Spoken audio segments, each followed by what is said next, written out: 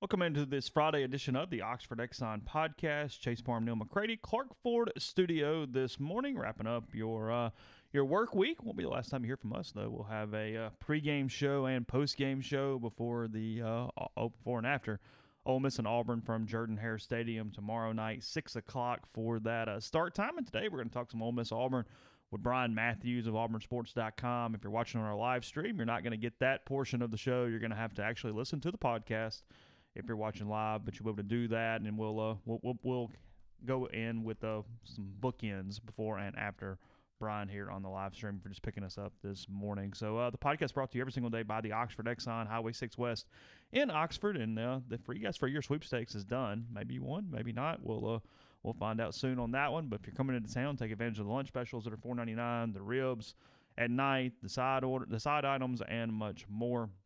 Daiquiris, a little chilly, but still, if you want a little fix, you can get that there at the Oxford Exxon. And Stadium Cups, you get 49-cent bottomless refills with the Oxford Exxon. Again, coming to you from the Clark Ford Studio. We are Clark Ford's in Amory, Mississippi. 662-257-1900 is the number. You should call it and then ask for my friend Corey Clark. Tell Corey what Ford product you're looking for. He'll send you a quote within 15 minutes in business hours. And get your quote. The rest is up to you. You can shop it around, or you can do what I've done, and that's get into a Clark Ford today. You'll love the product. You'll love the service you get after the sale. Corey wants to be a car guy. He wants to be a truck guy, and he will prove that to you. 662-257-1900. So a little bit of news coming up. If you're in town next Thursday night, join us at Southern Craft Stove and Tap. We're going to do a live podcast.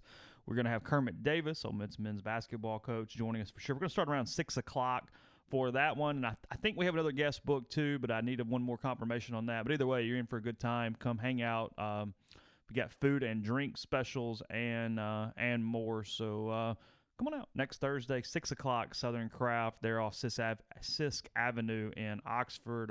They're the sponsors of Neal's Picks. And we'll be in-house for a live show there. Also, I think we're pretty close to announcing an appearance in Jackson as well. So we'll get to those things, making a little bit of a tour here the last couple of months of the season. So we are in Jackson? I think so. Yeah, I think we're getting close. Okay. So, yeah. I don't give the date away just quite yet, but we're close to that Probably one. So. pretty easy for people to guess. There's a pattern, but, it's all right. It's all good. We've got the live stream here. I did kind of want to start here, too. PC Rebel in the house. What are the more disturbing humanity things put on the message board? So the Ring doorbell cam strikes here. Halloween last night. Obviously, you want to take your kids around. Leaving a bucket of candy for honor system, kids to come through. And yes, sometimes kids take 5 or 6. Sometimes things like that happen. But here in the message board, you can, if you're a subscriber at rebelgrove.com, you can watch the video of a mother taking bucket and all the candy and the bucket, while the kid is trying to talk her out of it. God bless humanity. It is one of. I'm not surprised by anything. I'm no longer surprised. It's one of the stranger, more disturbing things, though, that you can watch when you actually see it. It's a lot like a lot of things. I mean, it is the parenting equivalent of when you see the Ray Rice video from back in the day. You heard what happened, you knew it was bad, but when you see it, whole nother level. It's awful. Yeah, I don't know that I can add much to it. It's sad is what it is. You watch the little kid begging the mom to leave it there. Leave it. The kid was just going to take a couple of pieces of candy. She was searching for which candy she wanted.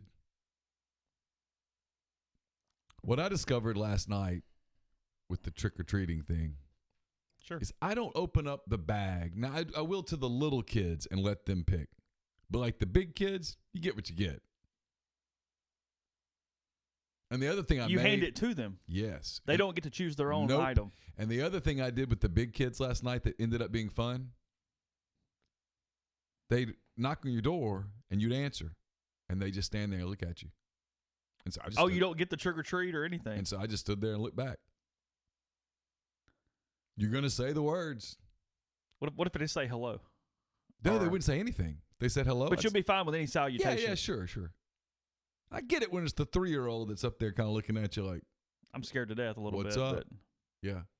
But when it's the 15-year-old. I'll tell you what happened a couple times last night was you'd either get the very, very quiet knock where you could barely hear it, or the beating on the door when they come to the door, and then trying to actually come into the establishment a little bit. I had multiple kids that would take 2 or 3 steps in on the flooring, and it's like, whoa, whoa, whoa, whoa. Yeah, There's a porch. Yeah. Boundaries. Hold up. Yeah. Guys, hold up. Yeah. You'll get some candy, and we'll move on with our day. It's weird. Halloween etiquette has gotten strange over the years. Yeah. It has. I mean, literally with one group of kids, I stood and looked at them for 2 minutes. Staring contest. Just looked at them. They look back. I looked back. And I finally went, what? And one of them kind of goes, trick or treat. I was like, okay, here's your candy. That's enough? Yeah. Does that impact the level of candy they get? Oh, yeah. I was looking at it. I was like, okay, not getting a Butterfinger. You're going to get a piece now of gum and a later. sucker. Okay. Here's one lemon drop. Have at it. So to get the Reese's, they better come correct. Be a little kid or be respectful. One or the other. Yes. Preferably both. It's not too much to ask. It's not too much to ask to say, ring the doorbell, stay back, show respect for boundaries, trick or treat, and then after you receive your candy, thank you. It's not hard.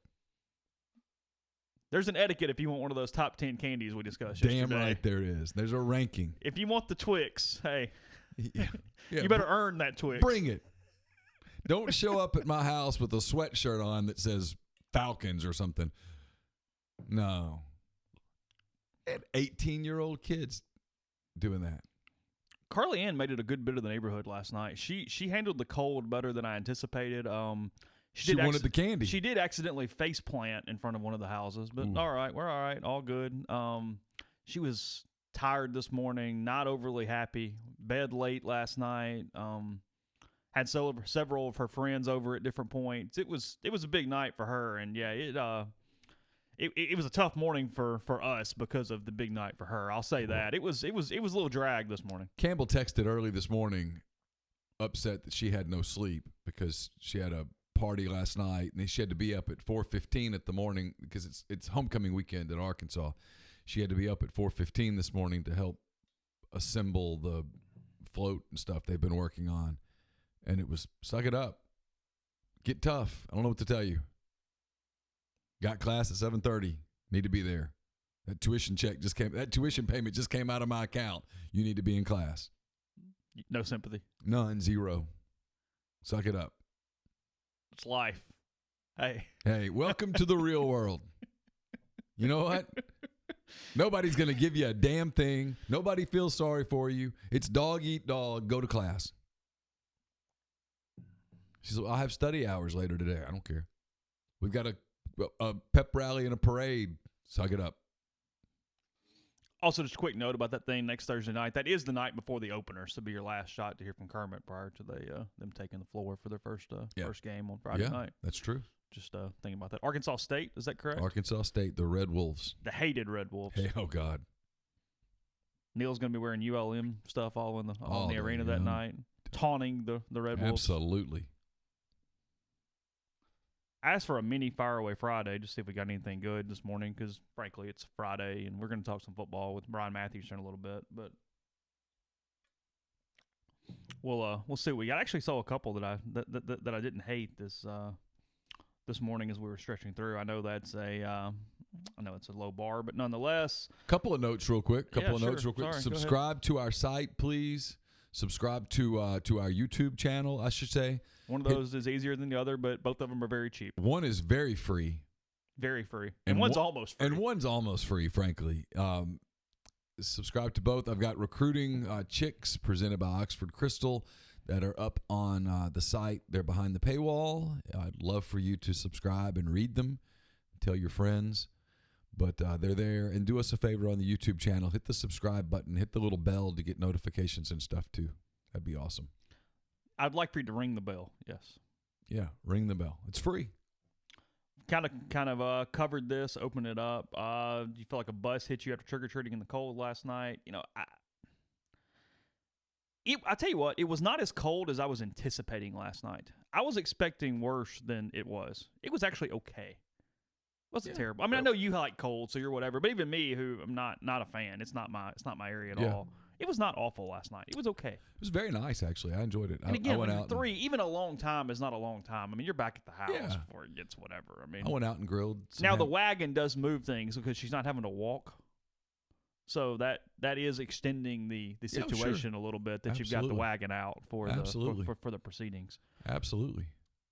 Open it up with our I guess next question. What's one of the funniest press box memories you have while covering a game, whether it be interactions with other media or SIDs or something that you saw? I've told mine, but I'll tell it again. I've got a very obvious one. What do you have? I don't know. Go ahead. You do yours while I'm thinking. 2008 Cotton Bowl. I guess technically 2009 Cotton Bowl. Ole Miss, Texas Tech at the old Cotton Bowl Stadium. I'm on the second row, and I'm sitting by either the president or the AD at Texas Tech. He's got his kid with him. His kid's 6, 7, 8 years old, something like that. Yeah. And Tech scores, I think, the first 14 points of the game, goes up 14-0, and he's cheering. And Jim Mashik, we always make fun of jimmashik.com. He was with the Sun Herald at the time. Noted curmudgeon, loud, very, very much about press box etiquette and different things. And he's hearing this just like clap. This Texas Tech kid just with his, he turns around. Shut up! Screams at the kid. I looked down. I said, Mash. He's like 7. I don't give a blah, blah, blah, blah, blah, blah, blah. He's just losing his mind on this kid. And everybody in the place is turning around looking at him like, Mash. Come on, man. It's just a kid. It's a working press box. He just keeps screaming and keeps screaming. And he's the guy that forever, he still had like dial-up internet on like his Apple computer from like 1998. and he would just take, it was the Apple, remember that was like colored, had like the colored top, so it would be blue or green or pink or whatever on those Macs or whatever they were called. And he'd just start picking it up and just slamming it against the table all the time. I mean, I think as he has gotten older, he's on Facebook a lot. He and I are Facebook friends, so I see a lot of Mash on Facebook. But he appears to have mellowed a lot. But yeah, he was one high-strung son of a gun for a good decade there for a while. I don't know that I really have. Most of yours have to do with chastising someone in the press box, whether it be not real like Marcelo that night or when you did get on the LSU kids for their press box etiquette that one night down to the right of us. Well, Marcelo was wrong that day. He was grumpy that day, and it was just and he was wrong. And he got lucky that I didn't lose it and go kick his ass, frankly. I mean, we're being real about this. He did block you on Twitter, though. He did. He still blocked me on Twitter. Oh, you still blocked? Oh, yeah, it's fine. I don't care. Okay. I don't like Brandon. He accused us of cheering when it was a scout, and he refused to change it. It wasn't even cheering. It was reacting to a play. Yeah. Which everyone in the world does. If there's a diving catch, the press box is not going to be silent with. But ironically, I wasn't reacting to the play because that day I wasn't watching the game. It was Cubs, wasn't it? I was watching Game 4 of the World Series, the Cubs and the Indians. I wasn't even watching the game in front of me. And so when I said, "Hey man, you're wrong," he gets all ruffled up. Very serious. Very serious work. Come on, man. It's a football game. We all know who's winning this football game. Chill. Is that 16? Yeah. I guess Auburn won. I don't remember. Yeah, for sure. Well, that team had a pulse at times. I'm trying to remember 2016. They had a lot of first half pulses. Yeah, they had pulse, but that was about it. Anyway, he got all jacked up, worked up. So that one. The funny one that I have is the 2008 Auburn game when I fell asleep because I was drugged up because I'd had the lawnmower accident. Remember that? Oh, yeah. And I look up and I look at the scoreboard and it's whatever the final was. It was 17-7 or something like that. Ole Miss over Auburn.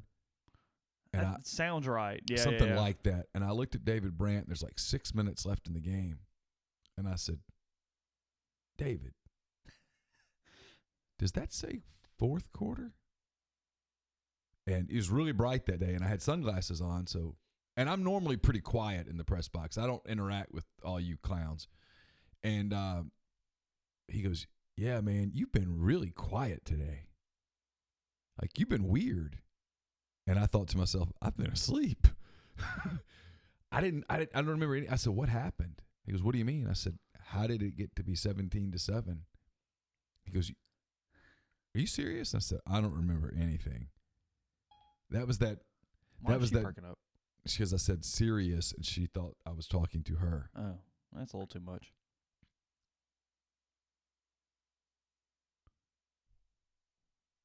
I don't know, Thaddeus. I think you're wrong there.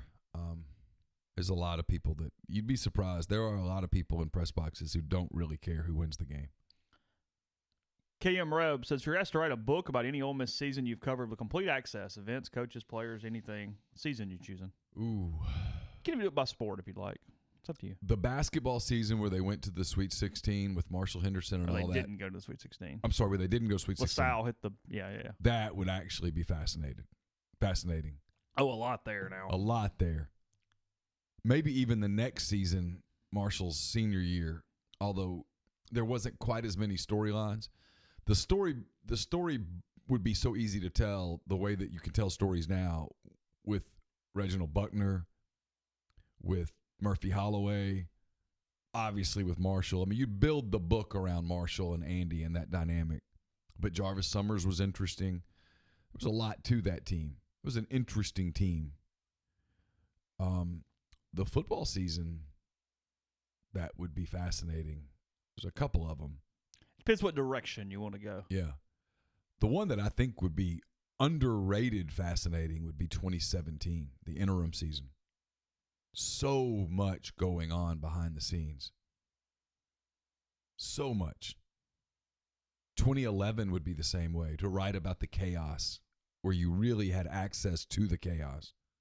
Yeah, it's hard to describe to people, and we probably did a poor job at the time, of how, not even necessarily down, but angry and pissed off so many players were in 2011. There was this mix of apathy and then a mix of just anger. You got guys like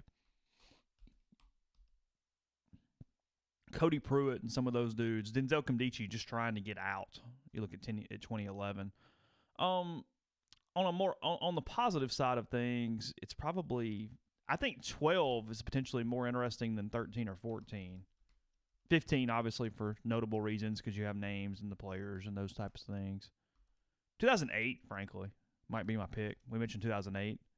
Trying to overcome for all jokes, Nutt did a really good job of getting that team to believe, to win, to just kind of be normal again after all the Orgeron stuff. I think 2008 would be maybe from a positive standpoint the one that I would choose. That would be actually a really good one, because that team had characters. For a book, you need characters. Had a lot of dudes on that team that would talk and were fun and stuff. Because you'd have Nutt, who's a character. Pere Jerry, Greg Hardy. You had rest in peace, Jevin Sneed. And Tony Fine. Dexter.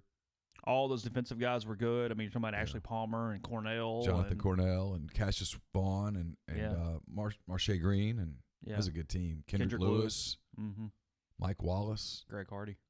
Yeah, I mentioned Greg. Yeah. There's a lot there. And that team. Yeah, Lockett was on that team, obviously, too. Yeah, Kentrell was on that team. That team had a lot of personality. Boy, it's a different day and age covering back then than it is today. Oh, you really felt like you knew those dudes.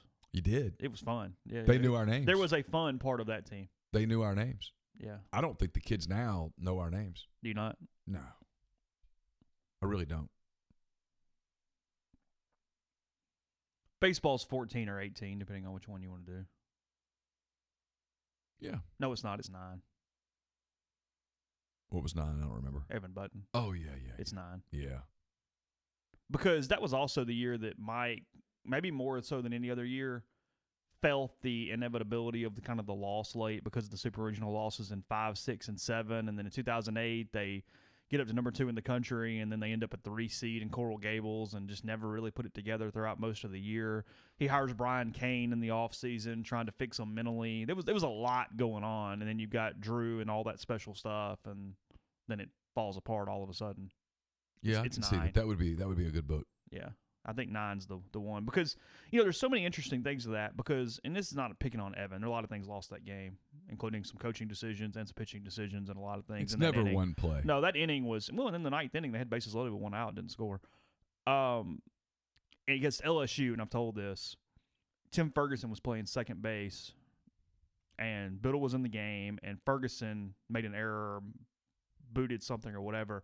And I think that play stuck in Mike's mind the rest of the season, and I think it's why Button was even in at second base in that game to begin with. I think a play 6 weeks earlier is the reason that they were all set in motion for that. But it's why covering pro sports at the end of the day, from just a pure journalism standpoint, is more fulfilling from a journalism standpoint, is because you get the access to tell those stories.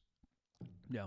Hey, there was, I was reading a lot of stuff yesterday about the Nationals, and really fascinating how they came out of that early season tailspin and some of that. There was a lot there. And every season has a story. Just sometimes at the college level, you just don't really get an opportunity to tell it. Yeah.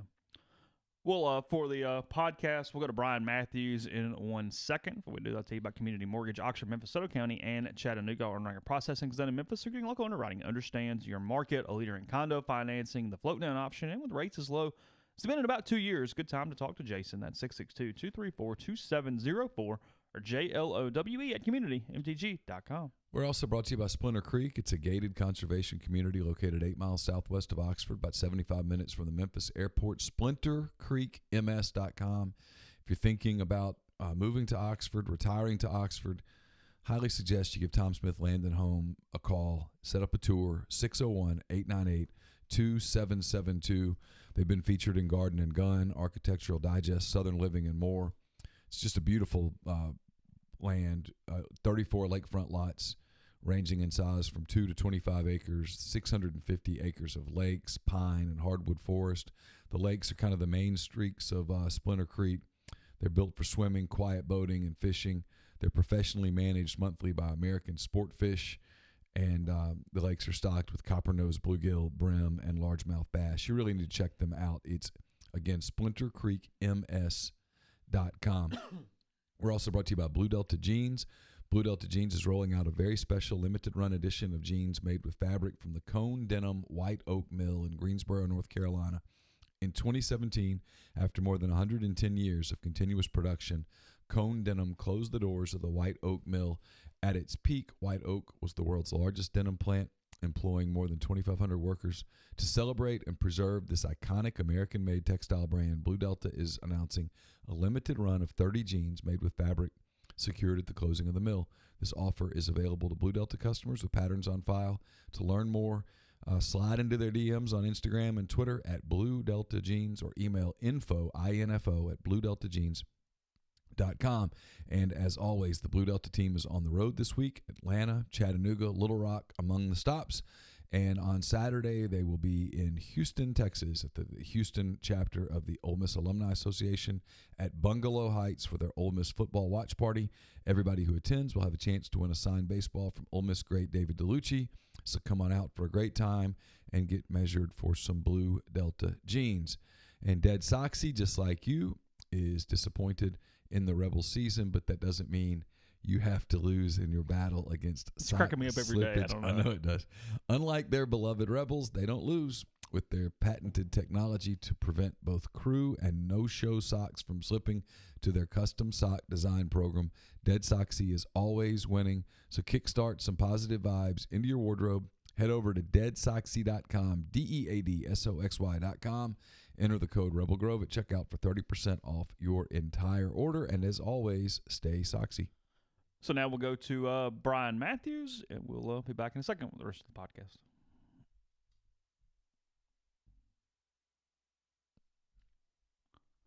Thanks to Brian for joining us. Again, if you were on the live stream, just a little break there, and you'll get the rest of the show with us today. The podcast brought to you also by Master Cuts Lawn and Landscape, premium lawn care throughout northern Mississippi, but a lot more as well. Master Cuts will build custom playgrounds, retaining walls, pool decks, outdoor living spaces with paver patios, forestry mulching, and more to patch your dream backyard easier than you think with Master Cuts. That's gomastercuts.com for a free quote, or that same free quote, 662-607-7773. Chase mentioned Southern Craft Stove and Tap earlier. We'll be out there on Thursday night. They're located off Highway 7 and Sisk Avenue. They place an emphasis on food and atmosphere, mixing the quality of fine dining with the come-as-you-are environment, featuring 30 craft beers and offering a high-quality selection of cuisine and libations. They've got you covered for any occasion. Join them for lunch, dinner, Sunday brunch, or have your favorites catered out. Catering orders placed online currently receive $25 off any order totaling $100 or more, so avoid the chaos of parking on the square. Head over and experience the carefully crafted dishes with your favorite Southern ingredients. Southern Craft Stove and Tap, Highway 7 and Sisk Avenue. They'll have some specials for those of you who attend on Thursday night for Kermit Davis and our other guests that we're hoping to announce here soon. Podcast also brought to you by Pinnacle Trust. Pinnacle Trust based in Madison, Mississippi. They've got clients in more than 20 states. They have advisors in multiple states as well. They also have the Pinnacle Trust 401k advisory services team. If your 401k isn't performing up to your standards, up to your wishes, get in touch with them. They'll conduct a complimentary, no-obligation benchmarking and analysis of your current 401k plan. Mention that you heard about Pinnacle Trust on the Oxford Exxon Podcast. You'll get 10% off your first year's fees. It's pintrust.com, P-I-N-N trust.com. We're also brought to you by the Westin Jackson. It's a Marriott property. It is home to Soul Spa, the ultimate luxury spa experience in downtown Jackson. It's also home to Estelle Wine Bar and Bistro. Great craft cocktail menu. Curated wine list, and wonderful fare there. Breakfast, lunch, dinner, and Sunday brunch from Chef Caden. If you haven't been to the Westin Jackson, you haven't been to Estelle, you owe it to yourself to give it a shot. It's a wonderful location, highly recommended by both of us. Podcast is brought to you by Tyson Drugs and G&M Pharmacy. Go get a flu shot. You can do that today at either location with flu vaccines available with a $0 copay on most insurance plans. No one has time to wait in line for the overworked pharmacist at the chain drugstore, so stop by one of the locally owned pharmacies where they have multiple pharmacists available dedicated to getting you in and out as quickly and painlessly as possible. That's Tyson Drugs on the Square at Holly Springs or G&M South Lamar in Oxford, 662-236-2222. Get into questions in a second. I will give a little bit of a shout out here. We don't talk about this much. There's not a ton of interest. There might be more if they win. Yolette McCoon, the women's basketball coach, has done a really nice job to this point, trying to build the program. She put a thriller video up on Twitter yesterday, and it was not a big deal. She kind of gets it, though. There's guard down. There's honesty with media. There's understanding all the things around that program that when she came in, Trainwreck doesn't even describe it. It's hard to put into words what that program was like when she took over. Yeah. Just completely dead. Nuclear weapon had hit it. It was Chernobyl from a program standpoint. Yep. And she was not the first choice. Came in, put her head down. She's recruited really well. She got a 5-star recently signee. They're going to get better. It probably isn't this year. It's probably one more year of purgatory. But then they're going to really improve pretty quickly. I don't know. It's from afar because I don't cover it. We don't cover it. But we are actually, Archie's going to do some women's basketball. We got a credential. Archie's going to be out there this year. So. But yeah, I don't know. She's been impressive to me in several different fronts. I was talking to some other media members who have spoken to her more than I have, and brutal honesty, sets correct expectations, kind of gets it. So I don't know. Just something that struck me while I was talking last night. Kids seem to be having fun, which is, hey, at the end of the day, have some fun. Yeah. It's not the end of the world, guys. It's all going to be all right. It's just sports ball. It's just sports ball. It really is.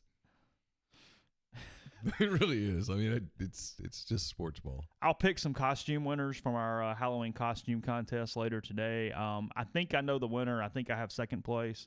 I have not decided past that, but I will look at that later today and DM some people and tell them that they have won. There's not a pet category, but I did have a few dog costumes I really liked yesterday.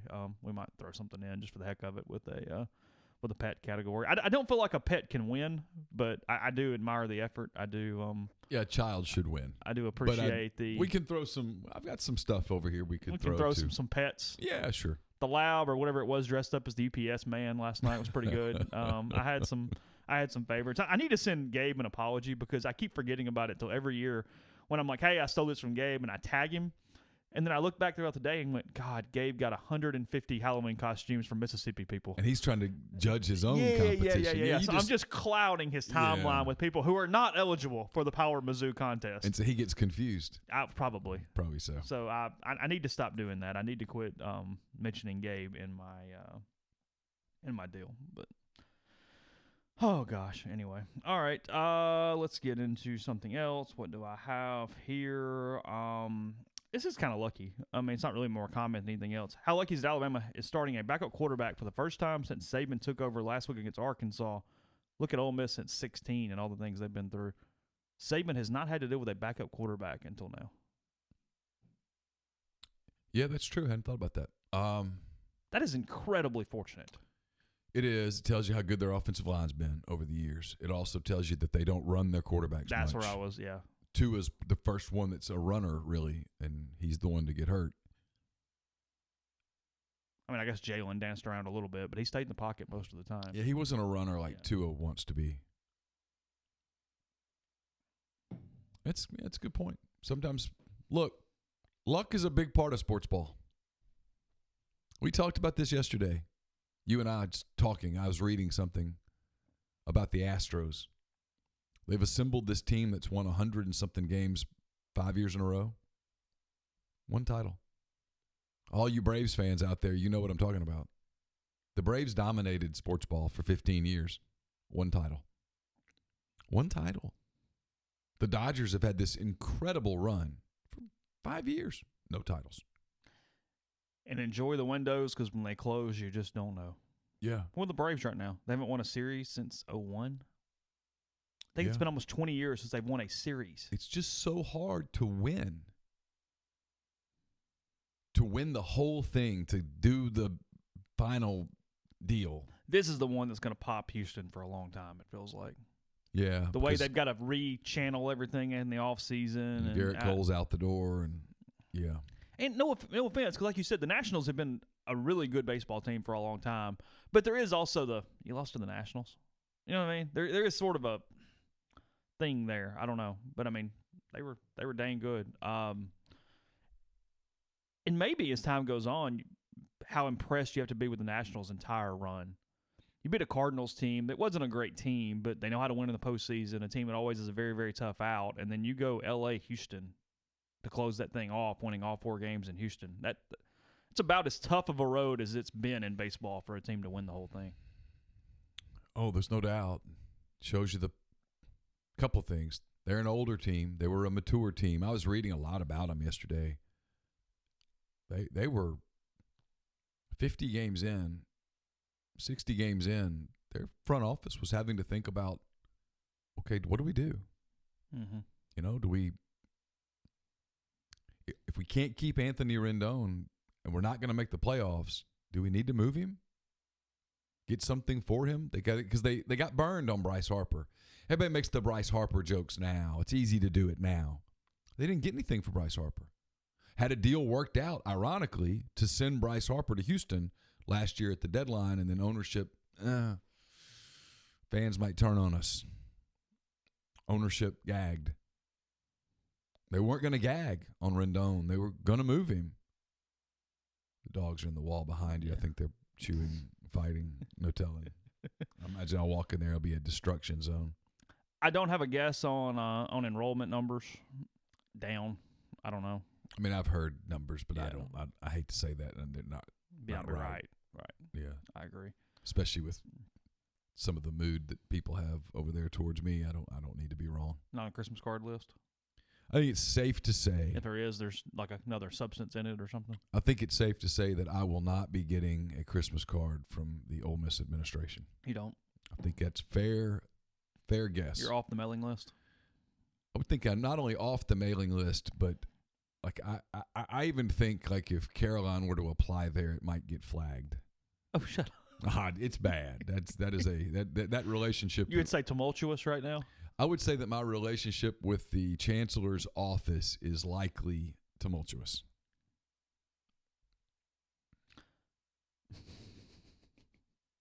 Sorry.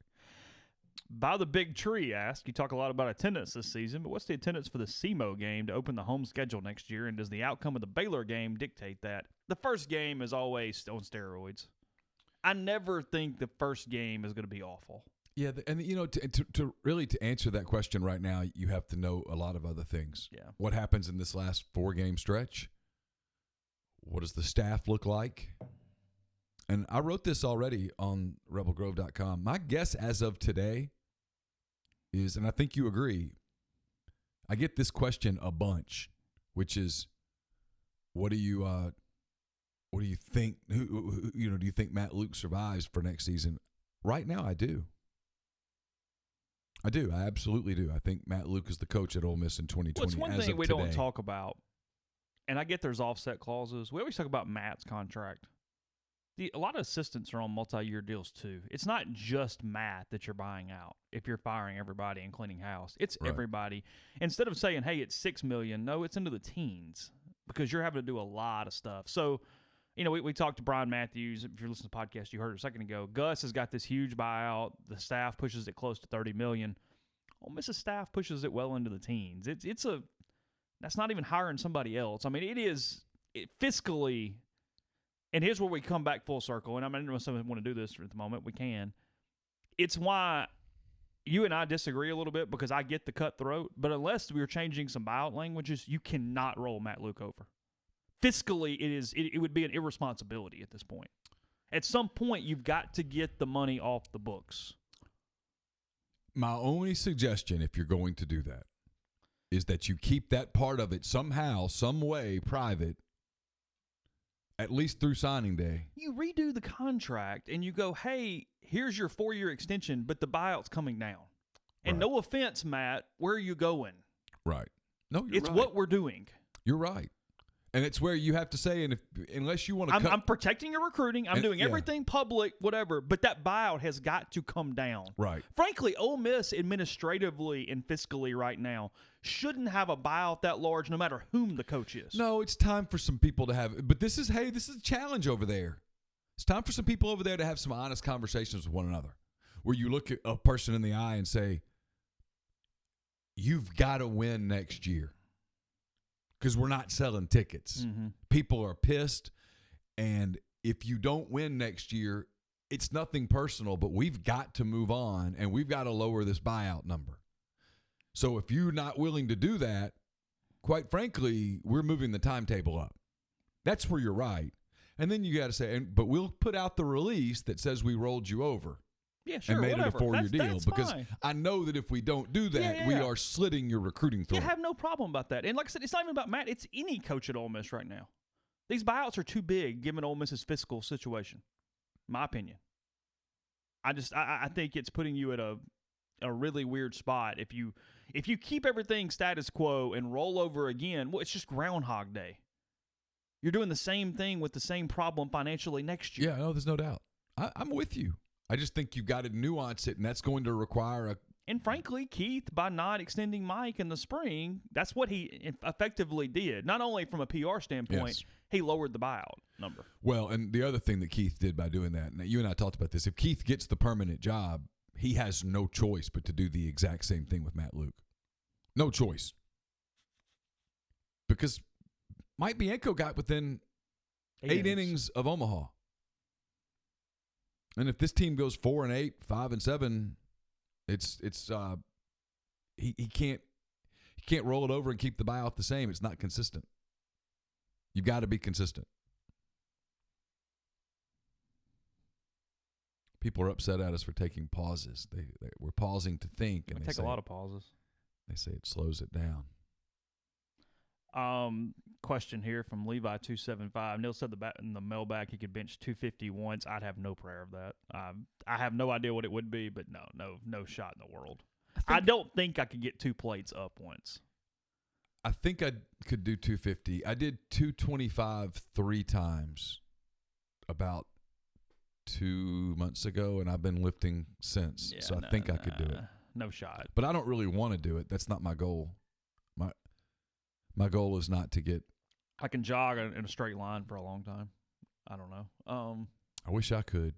Your knees and stuff getting you too much? It's my left ankle has Really? issues to it. And if you want proof that your phone's listening to you, I've not called a doctor or anything about my left ankle.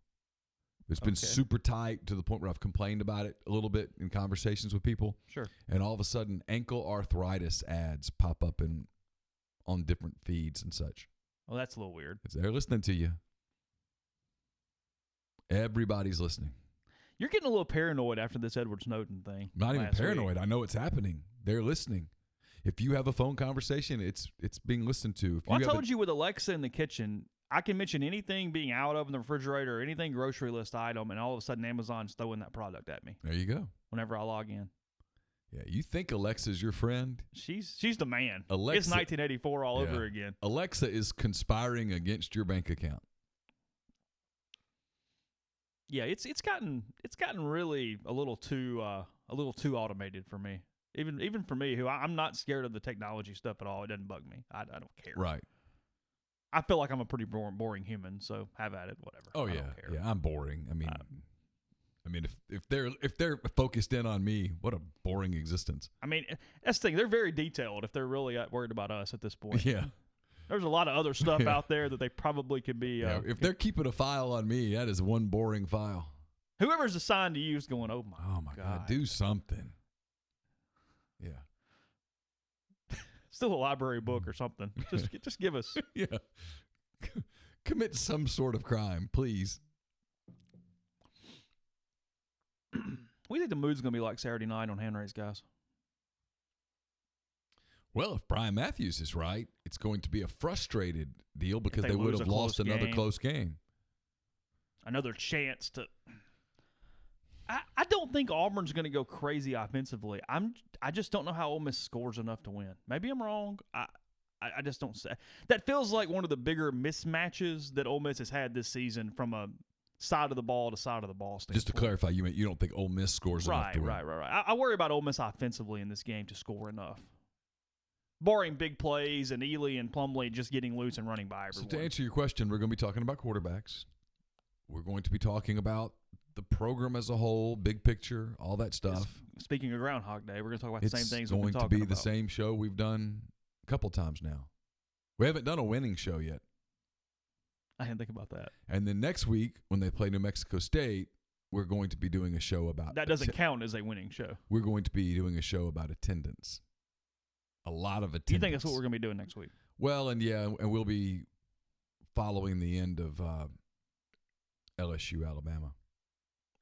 Okay. Auburn is overrated outside of the defensive line, Doors Rule 28, but that defensive line is different. Yeah, it's that matchup I'm worried. That's my point. Yeah. That's the thing. They're going to have to be able to throw the ball down the field. They're going to take the running game away from Ole Miss, and they're going to make Ole Miss's quarterbacks win, and we just haven't seen Ole Miss's quarterbacks do that yet at all, unless you count Arkansas and Vanderbilt. And all they did against Vanderbilt was they ran the ball. They did throw it against Arkansas pretty successfully. Auburn's front four is special. Their front seven's really good, and Ole Miss is beat up front.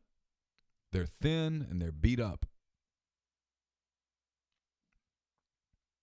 It's the one criticism I have really more than any of the offense is I don't know that they've, and maybe it's because they just don't have the players to do it, I don't know that they've forced depth to happen up front as much as they probably should have. Just play the guys and let it be what it'll be. Too much like Jeremy James and Tuitt, guys like that. I just almost would have forced it. Would have forced that development. By the way, talking to people close to the program, they're very nice about it, but they informed me that my take on Tisdale's wrong.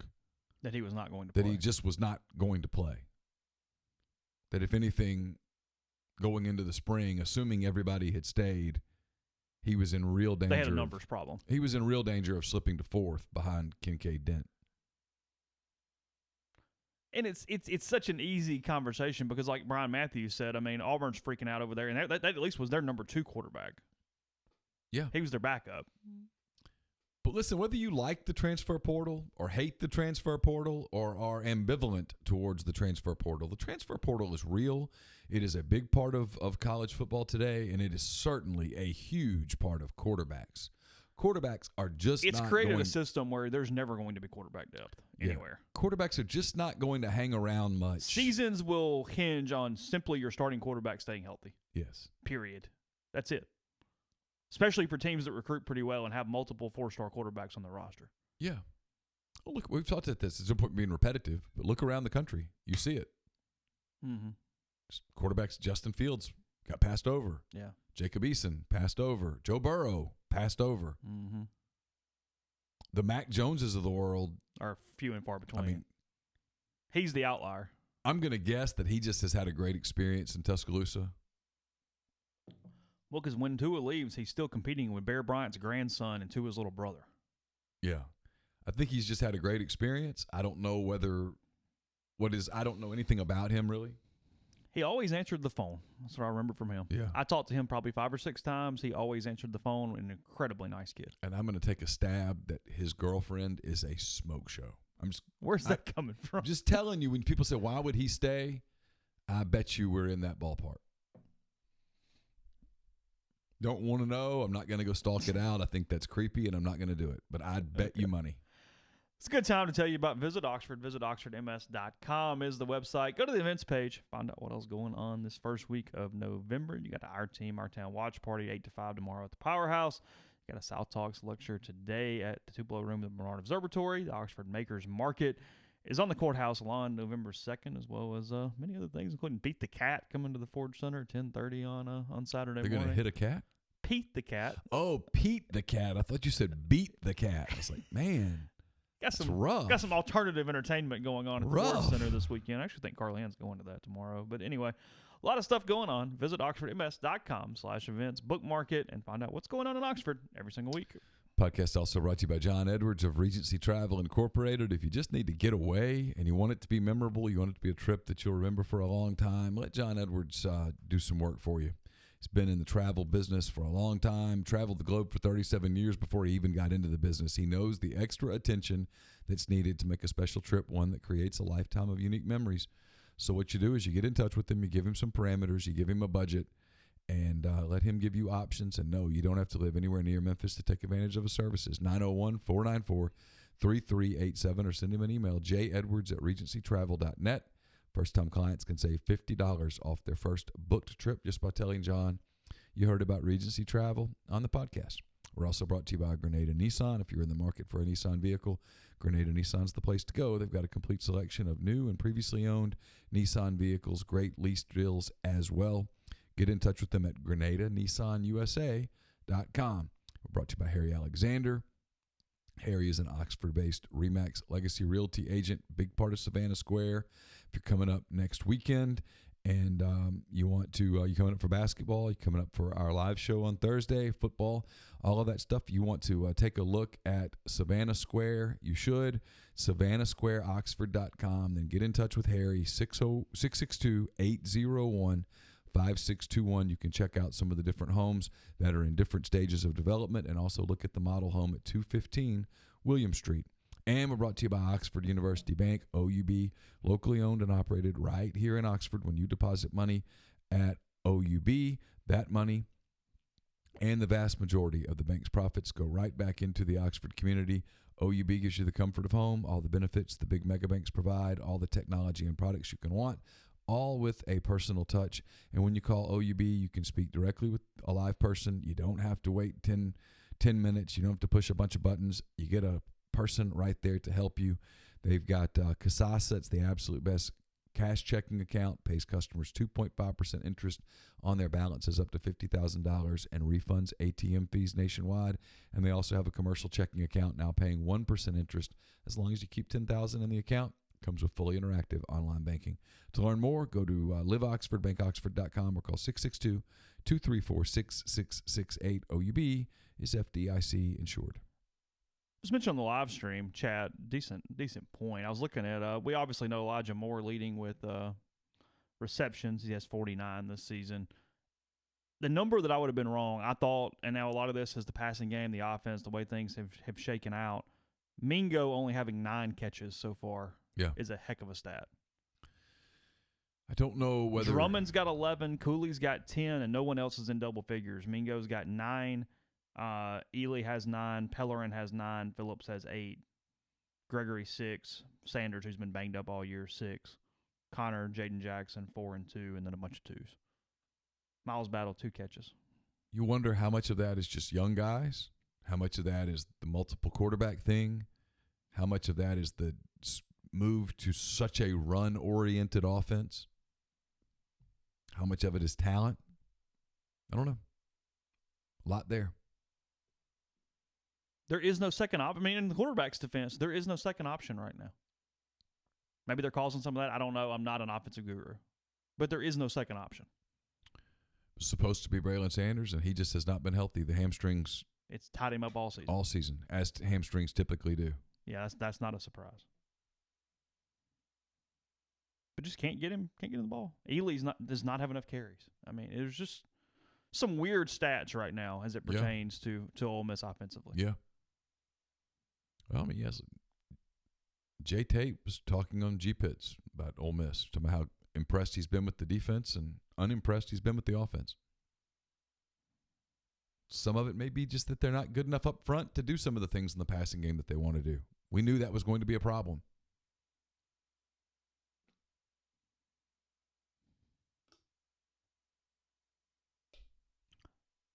Asking how we feel about the parent candy tax after Halloween. I mentioned this yesterday. I have no problems with it whatsoever. I was talking to a friend last night. It's not a snake draft. It's not a democracy. The parent can take what they want off the top and leave whatever's left. Absolutely. That's fully acceptable. That's the way it works. Yeah. I don't know what the percentage is. You can negotiate percentages if you like. If they don't like it, go get a job. Get tough. Get your own candy. Yeah. Carly did do that at one point. She got into her own candy bowl on the counter and was like, before she left, was trying to put candy in her bag from our own bowl. I thought, well, that's okay. Smart. Padding the stats a little is what that is. Preparing for the tax that was coming later. She won't eat anything that's not chocolate. Nothing. Give her something not chocolate, and it's like, nah, I'm good. I don't fault that either. You're okay with that? Yeah, there was some leftover Butterfingers and stuff last night, and I resisted. I just grabbed a little bite of like dark chocolate that I have for when I have a sweet craving. Go nuts, really. Yeah. Go nuts. Yeah, 93% dark chocolate's getting nil by. Yeah, I have done that a lot. It's fine. It doesn't really satisfy a sweet tooth, though. I get it's something and it's better than nothing. I understand that. That's but really it's not satisfying a sweet tooth. No, it's not. But it takes the edge off of a sweet tooth. I mean, I'd rather have dark chocolate than white chocolate. But let's not act like it's milk chocolate. No, that's true. I mean, there's no doubt. Come on. There's no doubt. I'm not arguing that. I'm just saying it can take the edge off long enough for you to avoid eating 3 candy bars. Oh, they're fun size. That's really only 1 candy bar. Same difference. Well, no. It's a third of the calories. It's not even all the same difference. 3 candy bars would be like eating 9 fun-sized bars, which would seem excessive. Which could happen, though. It's the problem with stuff like that. Get rolling down the hill. Yeah, you lose it.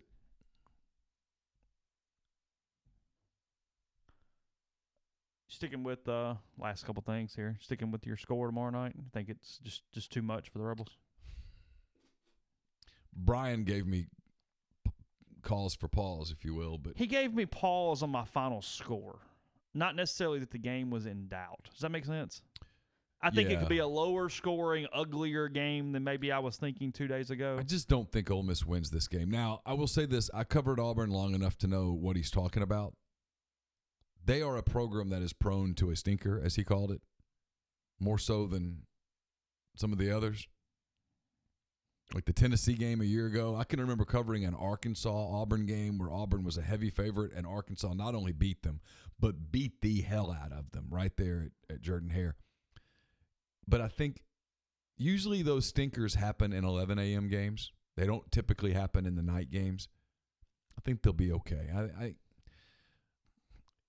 The spread might be weird, but my guess is that we're covering something between 15 and 20 points. Those buildings in Vegas, they're paid for a reason. Avery says on the live chat she exchanged money for Reese's. That's on you. You don't have to do that. You can take the Reese's. You look those kids square in the eye and say, "Hey, there does not have to be currency exchange to get the Reese's. Give me your candy." Even the Reese's, they don't go into a separate category because of them being at the top. I mean, you go down the litany of things that you pay for, and you're going to say, "You're going to pay me back with a piece of candy right now." Hand me your bag. Yeah. I'll go through it, then I'll let you know what you've got left. Yeah. Just saying. Yeah, I mean, some point, I mean, the deal, every once in a while, it's going to get adversarial. Everything's just not going to be happy. It's in the Brady Bunch. And even the Brady Bunch, sometimes things got ugly. Now, they had a family meeting, and they solved it very quickly. But a lot of family meetings. But it got ugly first. Did you watch the Brady Bunch a lot? A lot. Did you really? Yeah. Have a lot of issues with that show that we're not getting into on a Friday morning. Sam would come over to see Got Alice. a lot of issues. Sam would come over to see Alice. And wasn't Alice kind of mistreated in a way? I mean, it's been around a long time, and still very, very much seen as a secondary servant the entire show. A little bit. Even Sam. I mean, Sam would come over and do whatever it was that Sam did, and he never seemed to completely treat Alice the right way. He was a butcher, right? Yeah, Isn't that right? A meat packer. He was, yeah. That's what I thought. I'm 7. Well, I mean, you pointed out, judging off the question, you pointed out in your mailbag this week that Jenny was actually a bitch. So, she was. I mean, I'm so tired of people going, oh, poor Jenny. Screw that. Took advantage of that dude the whole movie. Jenny treated decades. Jenny treated Forrest like crap. Well, she helped him at the very beginning. Although, if you remember, at the very beginning where she says, run, Forrest. Yeah, that was... that was it. Sound advice. But when he ran, I mean... She got a lot of mileage out of that one sentence. Yeah. Got a lot of loyalty out of that one sentence. But from that point forward, she treated him like trash. So really, Forrest Gump is not a tale of an interesting life. It's the tale of a woman taking advantage of a developmentally disabled human for decades. Yes. Is that what you're saying? Yes. Okay. Absolutely. And she knew he had feelings for her. And so she comes in there and she knows that he's probably not exactly, sampling the ladies at the University of Alabama while they're using him. You talk about abusing him. Where was that storyline? Bear Bryant recruits Forrest Gump, turns him, knowing there's no way that dude's passing college algebra. No chance. No chance. But they got him out there making money for the university, running up and down the field. He maintained his eligibility. General studies major, 3 minors. Yeah. Somebody was doing his work at Alabama. He didn't. The tutoring system was all up in arms. Come on. But then she knows, so she goes up and frankly, what she did to him from a sexual standpoint was probably illegal. Whoa. You think about it. Whoa. Change the sexes on that deal and watch what happens. I'm just saying. I mean, you've got her as basically a tyrant at this point. Hell yes. And then she has his baby and doesn't tell him until she finds out that she's dying. Wrong. Got a lot of issues in 2000. Yeah, a lot. Could Forrest Gump be made in 2019? Really, that's our question here as we close the podcast. No. But seriously, think about this for a minute. If all you do is change the Forrest-Jenny lovemaking dynamic. The entire dynamic. Just change. No, do the one scene where she goes up to his room. I'm saying that would change the overall deal. Make Forrest female and Jenny male. Okay. No way. Oh, I'm all over this, Rebecca. I've been on this for a while. I like that movie fine, but when people do the poor Jenny, nah. Listen, nobody, but I'm just saying, she had tempted the gods for a long time.